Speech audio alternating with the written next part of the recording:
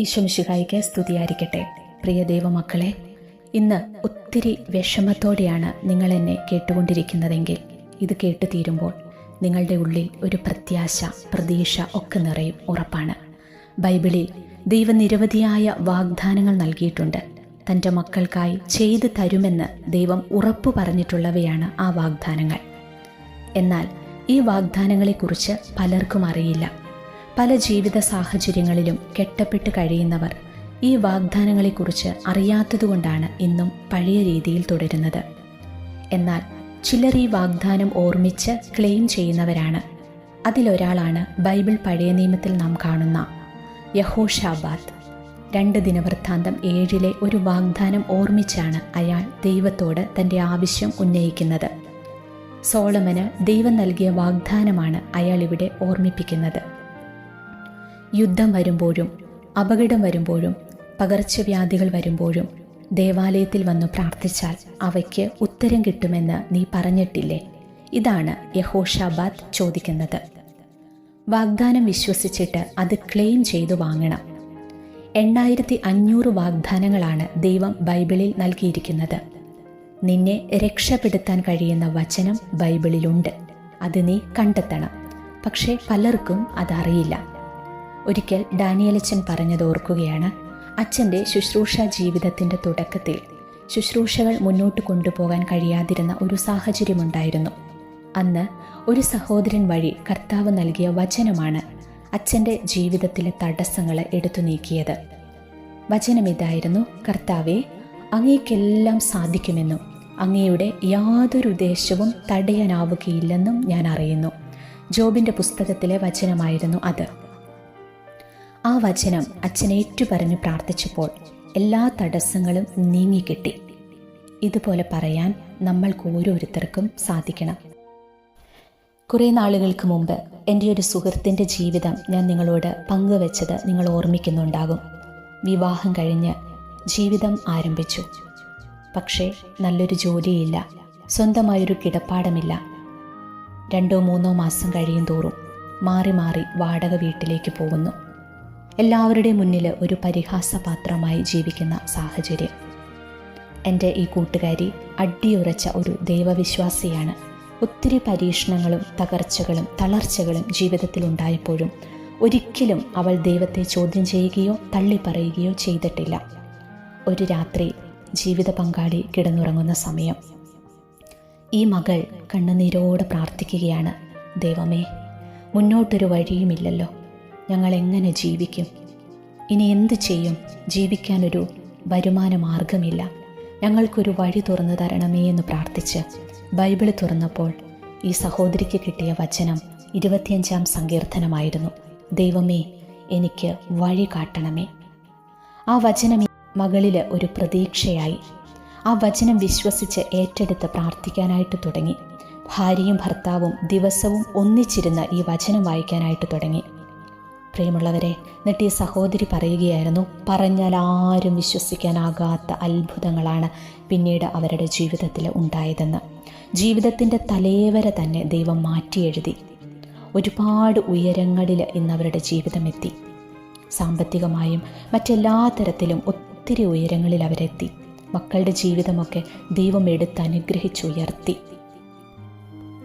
ഒരു ജോലിയില്ലാതെ വിഷമിച്ച ആ സഹോദരിയുടെ ജീവിത പങ്കാളി, മുന്നോട്ടൊരു വഴിയും കാണാതെ വിഷമിച്ച ആ ജീവിത പങ്കാളിക്ക് ഇന്ന് ഒരുപാട് പേർക്ക് ജോലി കൊടുക്കുന്ന ഒരാളാക്കി അവരെ മാറ്റി.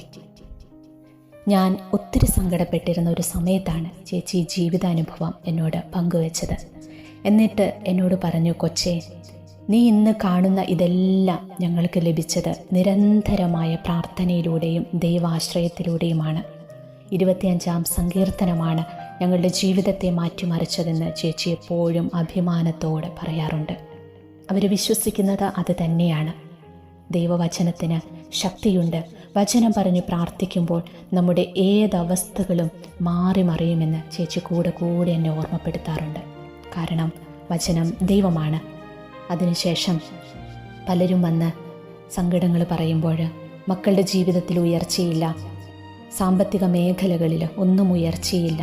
ഇങ്ങനെയൊക്കെ പലരും വന്ന് സങ്കടം പറയുമ്പം ഞാൻ അവരോടൊക്കെ ഈ ചേച്ചിയുടെ കഥ പറഞ്ഞിട്ട് 25-ാം സങ്കീർത്തനം ചൊല്ലി പ്രാർത്ഥിക്കാനായിട്ട് പറയാറുണ്ട്. പലരുടെയും ജീവിതത്തിൽ ഈ സങ്കീർത്തനം ഏറ്റുചൊല്ലി പ്രാർത്ഥിച്ചതിൻ്റെ ഫലമായി വലിയ മാറ്റങ്ങൾ ഉണ്ടായത് ഞാൻ കണ്ടിട്ടുണ്ട്. ഒരു വാഗ്ദാനം ഏറ്റുപറഞ്ഞു പ്രാർത്ഥിച്ചാൽ ദൈവം അതിന് മറുപടി നൽകുമെന്ന കാര്യം ഉറപ്പാണ്. സാമ്പത്തിക ബുദ്ധിമുട്ടുകളുടെയോ ദാരിദ്ര്യത്തിൻ്റെയോ അവസ്ഥകളിലൂടെ കടന്നു പോകുന്നവർക്കായി ചില വാഗ്ദാന വചനങ്ങളുണ്ട്. സങ്കീർത്തനങ്ങളുടെ പുസ്തകം 34-ാം അധ്യായം 10-ാം തിരുവചനം: സിംഹക്കുട്ടികൾ ഇര കിട്ടാതെ വിശന്നു വലഞ്ഞേക്കാം, കർത്താവിനെ അന്വേഷിക്കുന്നവർക്ക് ഒന്നിനും കുറവുണ്ടാവുകയില്ല. അതുപോലെ സാമ്പത്തിക ബുദ്ധിമുട്ടുകളിലൂടെ കടന്നു പോകുന്നവർക്ക് പ്രാർത്ഥിക്കാൻ പറ്റിയ മറ്റൊരു വചനമാണ് സുഭാഷിതങ്ങളുടെ പുസ്തകം 3-ാം അധ്യായം 9-10 തിരുവചനം: കർത്താവിനെ നിന്റെ സമ്പത്ത് കൊണ്ടും നിന്റെ എല്ലാ ഉൽപ്പന്നങ്ങളുടെയും ആദ്യ ഫലങ്ങൾ കൊണ്ടും ബഹുമാനിക്കുക. അപ്പോൾ നിന്റെ ധാന്യപ്പുരകൾ സമൃദ്ധി കൊണ്ട് നിറയുകയും നിന്റെ ചക്കുകളിൽ വീഞ്ഞ് കവിയുകയും ചെയ്യും.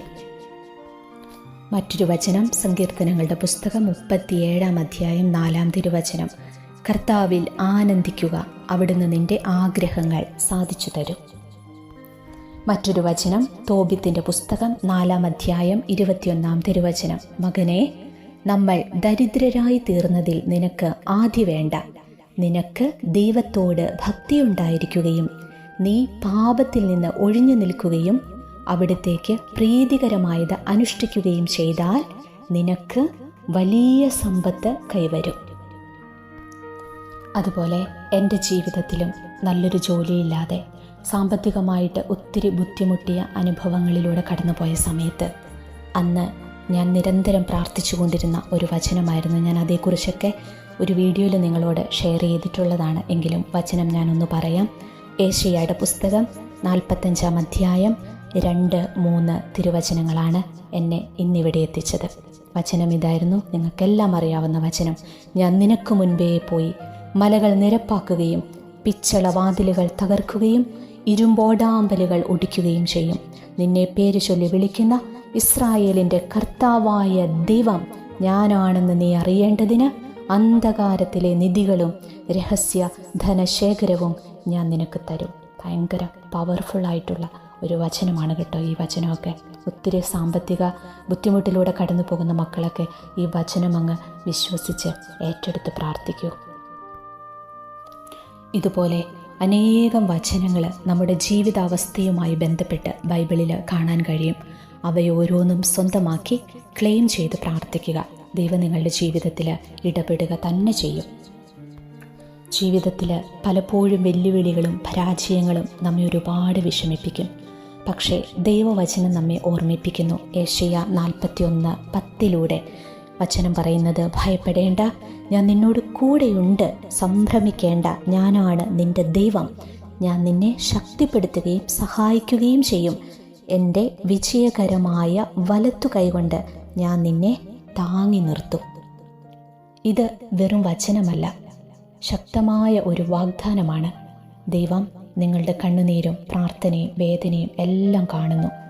മനുഷ്യൻ വിട്ടുപോയാലും അവൻ്റെ സ്നേഹം ഒരിക്കലും വിട്ടുപോകില്ല.